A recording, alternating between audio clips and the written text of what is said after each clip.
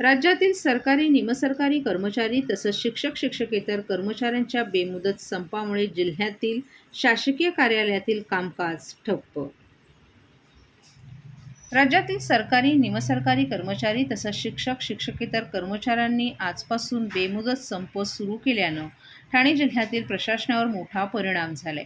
ठाणे जिल्हाधिकारी कार्यालय, जिल्हा परिषदेसह विविध शासकीय कार्यालयांमधील कामकाज अक्षरशः ठप्प झालं असून नागरिकांना मोठ्या गैरसोयीला सामोरं जावं लागत आहे.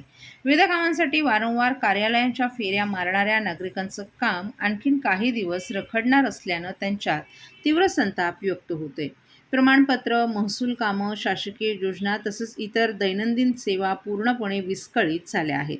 राज्य सरकारी कर्मचारी मध्यवर्ती संघटना महाराष्ट्र ठाणे जिल्ह्याच्या प्रसिद्ध पत्रकानुसार राज्यातील सुमारे 17 लाख कर्मचारी गेल्या 15 महिन्यांपासून शासनाच्या भूमिकेवर नाराज आहेत.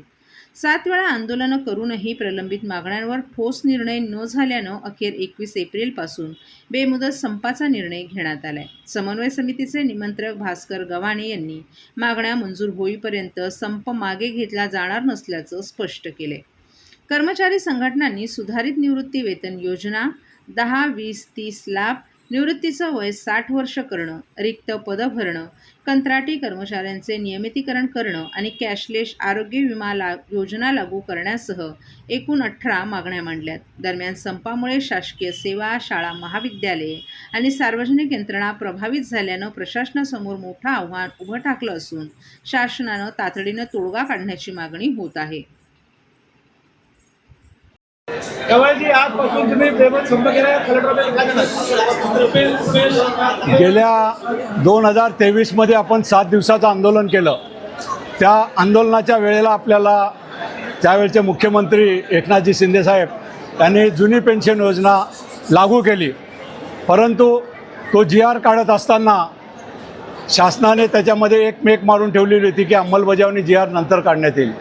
योजना लागू केली, परंतु त्याच्या अंमलबजावणीचा GR अद्यापपर्यंत त्यांनी काढला नाही. आम्ही आत्तापर्यंत जवळजवळ 7 वेळा आंदोलनं केली, शासनाचा लक्षवेध केला, परंतु शासनाने त्याकडे दुर्लक्ष केलेलं आहे.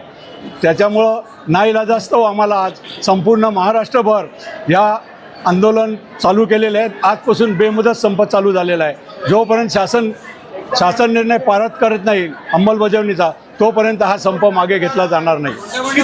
किती कर्मचारी यामध्ये सहभागी झाले? यामध्ये 17 लाख कर्मचारी पूर्ण महाराष्ट्रातले सहभागी झालेले आहेत आणि हा संप रेटला जाईल.